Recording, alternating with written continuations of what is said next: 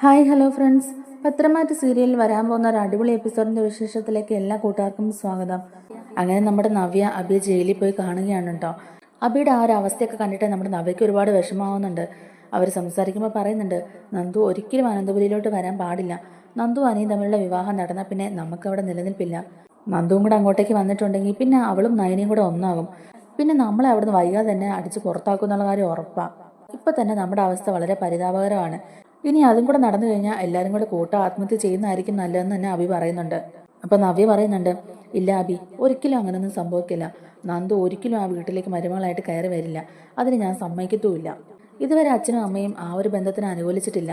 ഇനി അങ്ങോട്ടേക്ക് ഏതെങ്കിലും കാലത്ത് അനുവദിക്കുകയാണെങ്കിൽ തന്നെയും അവിടെ ഇല്ലാത്ത പ്രശ്നങ്ങളൊക്കെ ഞാൻ ഉണ്ടാക്കും. അങ്ങനെ ഒരു സംഭവം നടക്കാൻ ഞാൻ സമ്മതിക്കില്ല എന്ന് അടിവരെ ഇട്ട് തന്നെ നമ്മുടെ നവ്യ പറയുന്നുണ്ട്. അതുപോലെ തന്നെ കിട്ടുന്ന അവസരങ്ങളൊക്കെ പാഴാക്കാതെ നവ്യയുടെ മനസ്സിലേക്ക് വിഷം കുത്തി വയ്ക്കാനും അവർ ശ്രദ്ധിക്കുന്നുണ്ട്. ആ ഇച്ചിരി സമയം കൊണ്ട് തന്നെ ആദർശിനോടും നയനയോടുമുള്ള ദേഷ്യം കൂടാൻ വേണ്ടിയിട്ട് അവരെക്കുറിച്ചുള്ള കുറ്റങ്ങളൊക്കെ പറഞ്ഞു കൊടുക്കുകയാണ് കേട്ടോ അബി. ചന്തുമോൾ ആ വീട്ടിലേക്ക് കൊണ്ടുവരാനുണ്ടായ സാഹചര്യമൊക്കെ ഇപ്പം ഞാൻ നിന്നോട് പറഞ്ഞല്ലോ.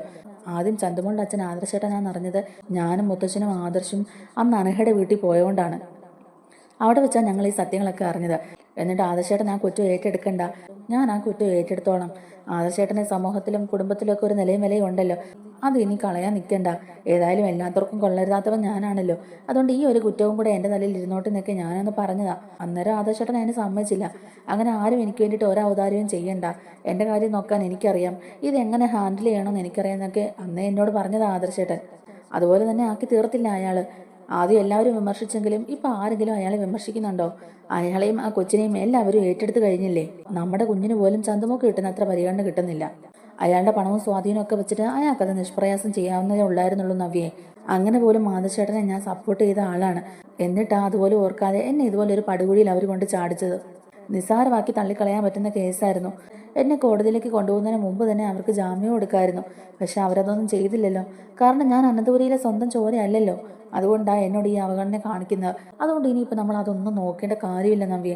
ഇനി അങ്ങോട്ടേക്ക് ഒന്നും വിട്ടുകൊടുക്കണ്ടെന്നാണ് ഞാൻ പറഞ്ഞത്. നമുക്കും അവരെ പോലെ സന്തോഷത്തോടെ ആ വീട്ടിൽ ജീവിക്കണ്ടേ? നമ്മുടെ കുഞ്ഞിന് നല്ലൊരു ഭാവി ഉണ്ടാകണ്ടേ?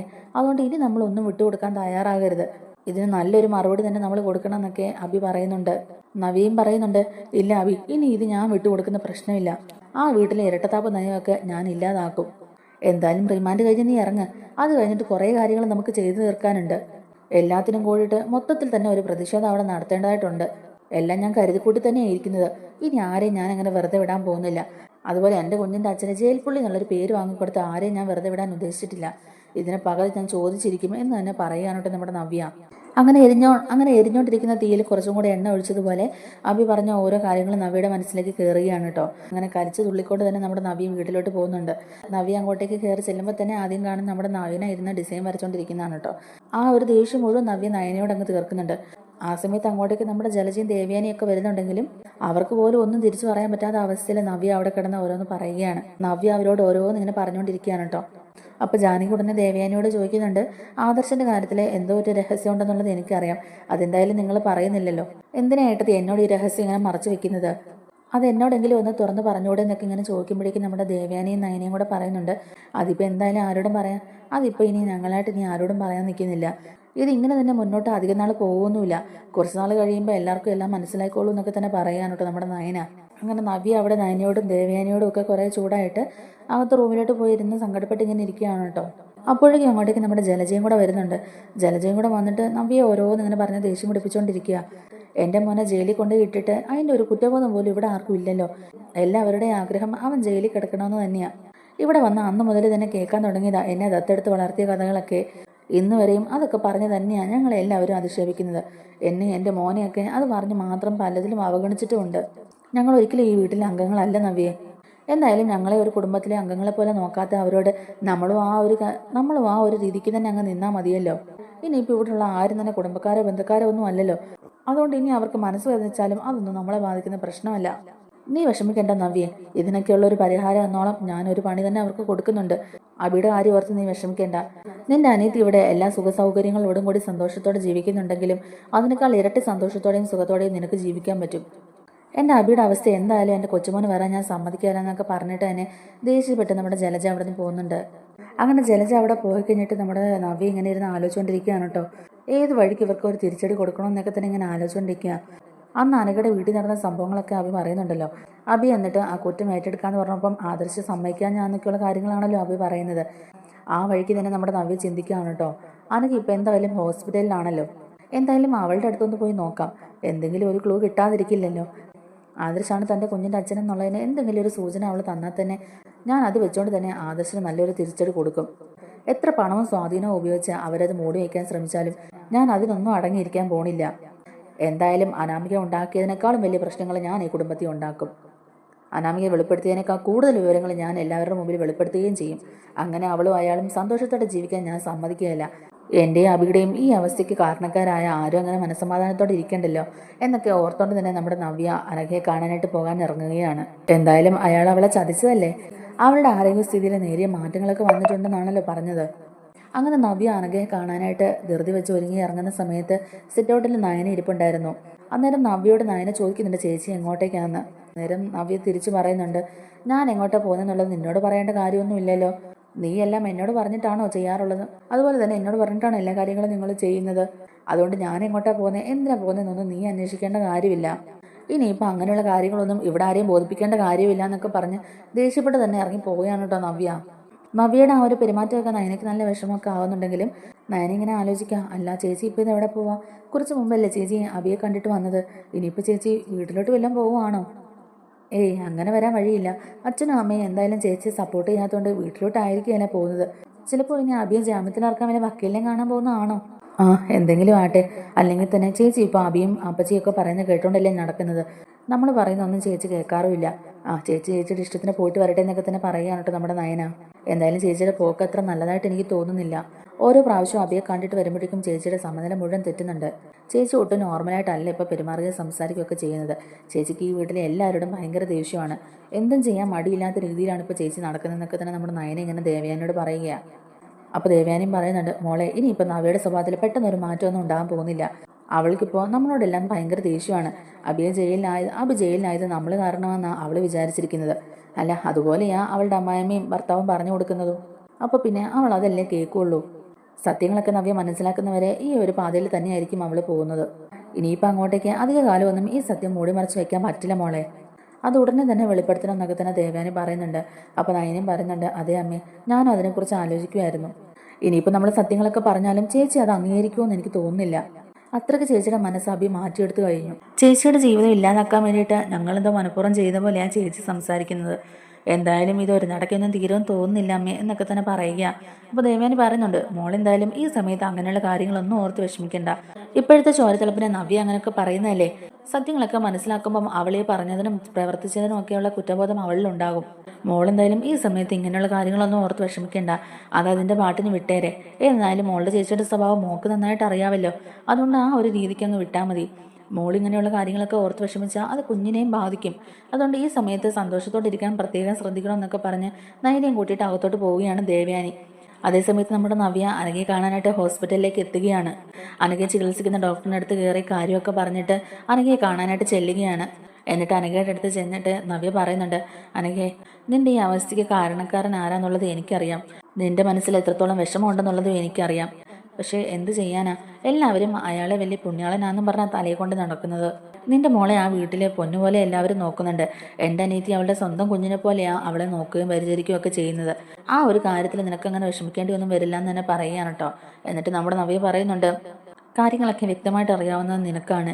നിന്റെ കുഞ്ഞിൻ്റെ അച്ഛൻ ആരാണെന്നുള്ളതിന് ഇപ്പോഴും ഒരു വ്യക്തത വന്നിട്ടില്ല. നയനയും ആദർശിൻ്റെ അമ്മയൊക്കെ പറയുന്നത് ആദർശേട്ടൻ ഒരു തെറ്റും ചെയ്തിട്ടില്ലെന്നാ. എന്നാൽ നിന്റെ കുഞ്ഞിനെ സ്വന്തം കുഞ്ഞായിട്ട് ഏറ്റെടുത്ത് വളർത്തുകയും ചെയ്യുന്നുണ്ട്. അന്നത്തെ ആ സംഭവത്തിന് ശേഷം അനന്തപുരിയിൽ ഇതിൻ്റെ പേരിൽ ഒരുപാട് പ്രശ്നങ്ങൾ ഉണ്ടായിട്ടുണ്ട്. ഇപ്പം എല്ലാവരും കൂടെ എൻ്റെ അബിയാണ് കുറ്റപ്പെടുത്താൻ നോക്കുന്നത്. അബിയുടെ കുഞ്ഞാണ് ചന്തുമോളെന്നും പറയാൻ അവർക്ക് ഒരു മടിയുമില്ല. അവരെന്ത് പറഞ്ഞാലും അതിനെതിരെ പ്രതികരിക്കാതിരുന്ന അതും നമ്മുടെ തലയിലാക്കും അവര്. വലിയ ആദർശം പറഞ്ഞ കാരണവനാണല്ലോ മൂർത്തി മുത്തശ്ശൻ. അയാൾ പോലും ആദർശിനെ സപ്പോർട്ട് ചെയ്തുകൊണ്ടാണ് സംസാരിക്കുന്നത്. അയാൾ ഇത്രയും വലിയൊരു തെറ്റ് ചെയ്തിട്ടും അയാളെ ആരും കുറ്റപ്പെടുത്തുന്നില്ല. എല്ലാവരും അയാളെ സപ്പോർട്ട് ചെയ്ത് തന്നെയാണ് നിൽക്കുന്നത്. എന്നാൽ ജീവിക്കാൻ വേണ്ടിയിട്ട് ജ്വല്ലറിയിലും മറ്റും ചെറിയ ചെറിയ തിരിമറിയൊക്കെ നടത്തിയതിൻ്റെ പേരിൽ എൻ്റെ അബിയെ ഇപ്പോൾ അവർ ജയിലിലാക്കിയേക്കുക. എൻ്റെ അബിയെ എൻ്റെ സ്വന്തം അനിയത്തി അറസ്റ്റ് ചെയ്തുകൊണ്ട് പോയി. അവനെ ലോക്കപ്പിലിട്ട് തല്ലി ചതച്ചു. അവളുടെ കാല് പിടിച്ചിട്ട് പോലും അവൾ അബിയെ വിട്ടു തന്നില്ല. അവനെ കോടതിയിൽ ഹാജരാക്കി റിമാൻഡും ചെയ്തു. അവനെ കണ്ടിട്ടാണ് ഞാൻ ഇങ്ങോട്ടേക്ക് വരുന്നത്. എനിക്കിതൊന്നും കണ്ടിട്ട് സഹിക്കാൻ പറ്റുന്നില്ല അനഘേ. എൻ്റെ അബിക്ക് ഇങ്ങനെ ഒരു അവസ്ഥ ഉണ്ടാകാൻ ആരൊക്കെ കാരണക്കാരാണോ അവരെ ആരെയും ഞാൻ വെറുതെ വിടില്ല. അതുപോലെ എൻ്റെ കുഞ്ഞിൻ്റെ അച്ഛൻ ഒരു ജയിൽ പുള്ളിയാന്നുള്ള പേര് വാങ്ങിത്തന്ന എല്ലാവർക്കും ഞാൻ നല്ലൊരു തിരിച്ചടി തന്നെ കൊടുക്കുകയും ചെയ്യും. ഇനി ആർക്ക് എതിർത്താലും ഞാനത് ഉറപ്പായിട്ടും ചെയ്തിരിക്കുമെന്ന് തന്നെ നമ്മുടെ നവ്യ പറയുന്നുണ്ട്. അനഘ ഒന്നും മിണ്ടാതെ ഇങ്ങനെ കിടക്കുകയാണ് കേട്ടോ. അനഘയ്ക്ക് ഇതെല്ലാം കേട്ടിട്ട് നല്ല വിഷമമൊക്കെ ആവുന്നുണ്ട്. പക്ഷെ ഒന്നും മിണ്ടാതെ അനഘ ഇങ്ങനെ കിടക്കുകയാണ്. അനഘയുടെ കണ്ണീന്ന് കണ്ണുനീർ ഇങ്ങനെ ഒഴുകുന്നുമുണ്ട്. അന്നേരം നമ്മുടെ നവ്യ പറയുന്നുണ്ട്, എനിക്കറിയാം അനഘ നിന്റെ അവസ്ഥ. നിനക്ക് സംസാരിക്കാൻ കഴിയുമായിരുന്നെങ്കിൽ നീ എപ്പോഴേ ആദർശിന്റെ പേര് പറയുമായിരുന്നു. ആദർശാണ് എന്നെ ചതിച്ചതെന്നും എൻ്റെ കുഞ്ഞിൻ്റെ അച്ഛനാണെന്നുള്ളത് നീ എപ്പോഴേ പറയുമായിരുന്നു. ഞാൻ ഡോക്ടറെ കണ്ടിട്ട് തന്നെയാണ് ഇങ്ങോട്ടേക്ക് വരുന്നത്. നിന്റെ ആരോഗ്യസ്ഥിതിയിൽ നേരിയ മാറ്റമുണ്ടെന്നാണ് ഡോക്ടർ പറഞ്ഞത്. പെട്ടെന്ന് തന്നെ നീ സുഖം പ്രാപിച്ച് തിരിച്ചു വരണമെന്നാണ് ഞാൻ ദൈവത്തോട് പ്രാർത്ഥിച്ചുകൊണ്ടിരിക്കുന്നത്. എന്നിട്ട് അനന്തപുരിയിൽ വന്നിട്ട് എല്ലാവരോടുമായിട്ട് നീ പറയണം നിന്റെ കുഞ്ഞിൻ്റെ അച്ഛൻ ആദർശാണെന്നുള്ള കാര്യം. നിന്നെ ചതിച്ച് ഈ അവസ്ഥയിലാക്കിയത് അയാളാണെന്നുള്ള കാര്യം എല്ലാവരുടെയും മുമ്പിൽ നീ തുറന്ന് പറയണം. ഇവിടെയും എൻ്റെ അബിയുടെ തലയിൽ ഈ കുറ്റം എടുത്തു വയ്ക്കാൻ ഞാൻ സമ്മതിക്കുകയില്ല. എന്തായാലും നിനക്ക് ഒരുപാട് മാറ്റം ഉണ്ടെന്ന് അറിഞ്ഞതിൽ എനിക്ക് ഒരുപാട് സന്തോഷമുണ്ട്. ആദർശ് ഇവിടെ നല്ല വെള്ള ചമന്ന് നടക്കുക, എന്നിട്ട് അയാളവിടെ മാനിനെ പോലെ സന്തോഷമായിട്ട് ജീവിക്കുകയും ചെയ്യുന്നുണ്ട്. നയന ഇപ്പം ഗർഭിണിയാണ്. അയാളുടെ കുഞ്ഞിനെ നയന ഇപ്പം ചുമന്നോട്ട് നടക്കുക. നിന്നെ പ്രണയം നടിച്ച് ചതിച്ച് നിനക്കൊരു കുഞ്ഞിനെയും തന്നിട്ട് അയാൾ എൻ്റെ അനിയത്തിയും ചതിച്ച് കല്യാണം കഴിച്ചു. ഈ വിവരങ്ങളൊക്കെ മറച്ചു വെച്ചാൽ എൻ്റെ അനിയത്തിയെ അയാൾ വിവാഹം കഴിച്ചത്. അതൊന്നും അവിടെ ആരുടെയും കണ്ണിൽ കാണൂല. അയാൾ ചെയ്യുന്ന എല്ലാം പുണ്യപ്രവർത്തികളാണെന്ന് അവർ പറയുന്നത്. എൻ്റെ അബി ചെയ്യുന്നത് മാത്രമാണ് എല്ലാം തെറ്റ്. അവരങ്ങനെയല്ലേ പറയുള്ളൂ. എൻ്റെ അബി എന്തായാലും അവിടുത്തെ സ്വന്തം ചോരയൊന്നും അല്ലല്ലോ. ദത്തെടുത്ത പുത്രിക്കുണ്ടായ മകളല്ലേ. ഇനിയിപ്പോൾ എൻ്റെ മോൻ്റെ അവസ്ഥയും അതാകുമെന്നാണ് എൻ്റെ പേടി. അതുകൊണ്ടാണ് ഞാൻ പറയുന്നത്, എത്രയും പെട്ടെന്ന് നിന്റെ അസുഖമൊക്കെ മാറി നീ ഉയർത്തെഴുന്നേറ്റ് വരണം. എല്ലാ സത്യങ്ങളും എല്ലാവരുടെ മുമ്പിൽ തുറന്നു പറയണം. ആദർശ് എന്ന മാനിന്റെ മുഖംപൊടി നീ വലിച്ചു കീറണം. അയാളുടെ സമൂഹത്തിന് മുമ്പിലുള്ള എല്ലാ വിലയും നിലയും നീ ഇല്ലാതാക്കണം. അയാളുടെ ചീട്ട് കീറി എല്ലാവരും വിഷമത്തിലിരിക്കുന്ന എനിക്ക് കാണണം. എന്തായാലും അനന്തപുരിയിൽ ഇനി അങ്ങോട്ടേക്ക് സമാധാനമൊന്നും ഉണ്ടാകാൻ പോകുന്നില്ല. അനാമിക ആ കുടുംബത്തിൽ ഉണ്ടാക്കിയ പ്രശ്നങ്ങളെക്കാൾ കൂടുതൽ പ്രശ്നങ്ങൾ ഞാൻ അവിടെ ഉണ്ടാക്കും. അവിടുത്തെ കാരണവരായ മൂർത്തിമുത്തച്ഛൻ്റെ ഇരട്ടത്താപ്പ് നയമൊന്നും ഇനി അവിടെ നടക്കൂല. അയാളെപ്പോലും എനിക്കിപ്പോൾ ഒരു പേടിയുമില്ല. എനിക്ക് പറയാനുള്ളത് ഞാൻ ആരോടെ മുഖത്ത് നോക്കി തന്നെ പറയും. എനിക്കതിനെ ആരെയും പേടിക്കേണ്ട കാര്യമില്ല. അതുപോലെ തന്നെ ഈ കാര്യങ്ങളും. എന്നിട്ട് നവ്യ അനഘയോട് പറയുന്നുണ്ട്, ചന്തുമോളെ, നിന്റെ കുഞ്ഞിനെ സ്വന്തം കുഞ്ഞിനെ പോലെയാ നയനെ ഇപ്പോൾ ഏറ്റെടുത്ത് വളർത്തിക്കൊണ്ടിരിക്കുന്നത്. നാളെ നയനയ്ക്കൊരു കുഞ്ഞുണ്ടാകുമ്പോഴേക്കും നിന്റെ കുഞ്ഞിനെ അവള് പുറത്താക്കും. ഇല്ലെങ്കിൽ നീ നോക്കിയിരുന്നോ. അതുവരെയൊക്കെ നിന്റെ കുഞ്ഞിനോട് ഈ സ്നേഹമൊക്കെ കാണിക്കത്തുള്ളൂ.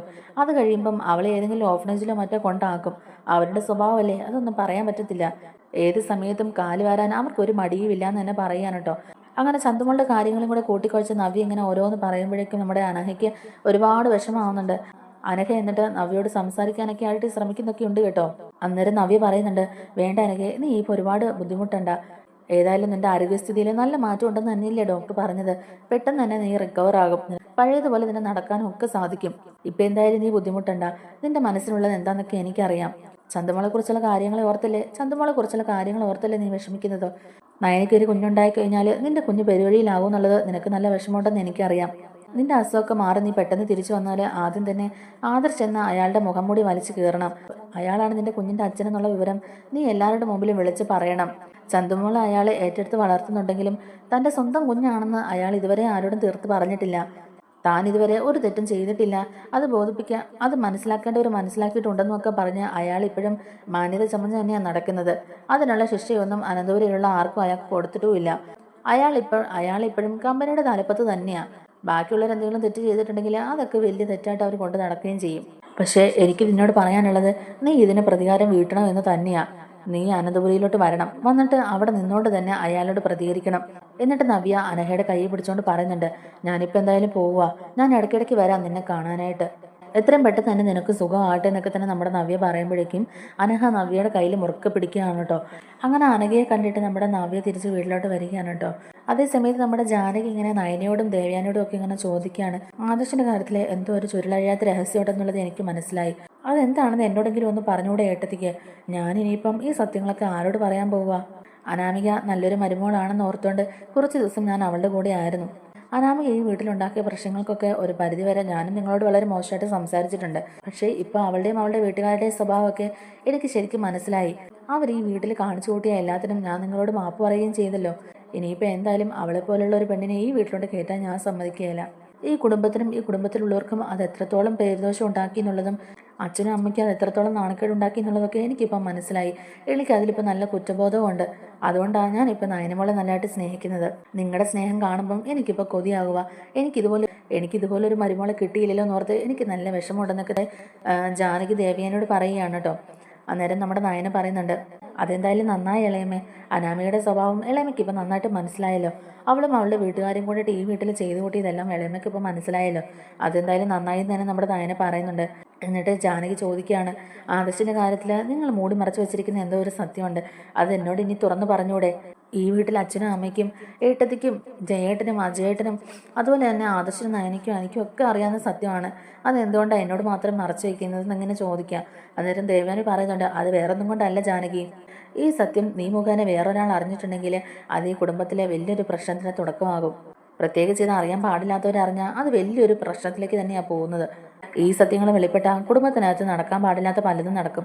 ആ സമയത്താണ് നമ്മുടെ നവ്യ അങ്ങോട്ടേക്ക് വരുന്നത്. കാരണം അനഘയെ കാണാൻ പോയ വിശേഷങ്ങളൊക്കെ, കാരണം അനഘയെ കാണാൻ പോയിട്ട് നിന്റെ ഭർത്താവ് ചതിച്ച പെണ്ണിനെ ഞാൻ കാണാൻ പോയി എന്നൊക്കെ പറഞ്ഞ് വീമ്പിളക്കാനായിട്ട് വരികയായിരുന്നു നമ്മുടെ നയനയുടെ അടുത്ത്.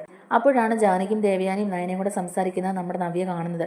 നവ്യ ആ വാതിലിന്റെ പുറകിൽ നിന്ന് മറിഞ്ഞു നിന്ന് ഇവരെന്താ സംസാരിക്കുന്നത് ഇങ്ങനെ കേട്ടോണ്ടിരിക്കുക. അന്നേരം നമ്മുടെ നയന ദേവയാനിയോട് പറയുന്നുണ്ട്, ആദർശനെ കുറിച്ചുള്ള കാര്യങ്ങളൊക്കെ ഇനിയിപ്പോൾ എന്തായാലും നമുക്ക് ഇളയമ്മയോട് പറയാം. ഇളയമ്മ ഇപ്പം എന്തായാലും നല്ലതായിട്ട് മാറിയിട്ടുണ്ട്. ഇളയമ്മയ്ക്കിപ്പം നമ്മളോട് നല്ല സ്നേഹമുണ്ട്. അതുകൊണ്ട് ഈ സത്യം ഇളയമ്മ ആരോടും പറയില്ലെന്ന് നമുക്ക് വിശ്വസിക്കാം എന്നിങ്ങനെ പറയുക. അന്നേരം ദേവയാനി പറയുന്നുണ്ട്, അത് വേണോ മോളെ? എങ്ങാനും ഇത് മോളുടെ ചേച്ചി അറിഞ്ഞിട്ടുണ്ടെങ്കിൽ പിന്നെ ഇവിടെ നടക്കാൻ പോകുന്ന എന്തൊക്കെയാണെന്നുള്ളത് മോൾക്ക് അറിയാമല്ലോ എന്നിങ്ങനെ ചോദിക്കുക. അപ്പോൾ നയന പറയുന്നുണ്ട്, അത് സാരമില്ല അമ്മേ, ഇന്നല്ലെങ്കിൽ നാളെ എപ്പോഴാണെങ്കിലും ചേച്ചി ഇത് അറിയുമല്ലോ. ഇനി ഈ വീട്ടിൽ ഈ സത്യങ്ങൾ അറിയാൻ ബാക്കിയുള്ളത് ഇളയമ്മയും അപ്പച്ചിയും നവ്യച്ചിയും മാത്രമല്ലേ ഉള്ളൂ. ഇളയമ്മ ഇപ്പം എന്തായാലും നമ്മളോട് ഇത്രയും ചോദിച്ചല്ലേ, അതുകൊണ്ട് പറഞ്ഞേക്കാന്ന് തന്നെ പറയുക. എന്നിട്ട് ദേവേനെ ജാനകിയോട് പറയുന്നുണ്ട്, ചന്തുമോളുടെ 6 കുഞ്ഞാന്ന് നിനക്ക് അറിയാവോ ജാനകി? അപ്പോൾ ജാനകി പറയുക, ഇല്ലേ ഏട്ടത്തി, ആദർശിൻ്റെ കുഞ്ഞാണെന്നും പറഞ്ഞല്ലേ ആ കുഞ്ഞിനെ അച്ഛൻ ഇങ്ങോട്ടേക്ക് കൊണ്ടുവന്നത്.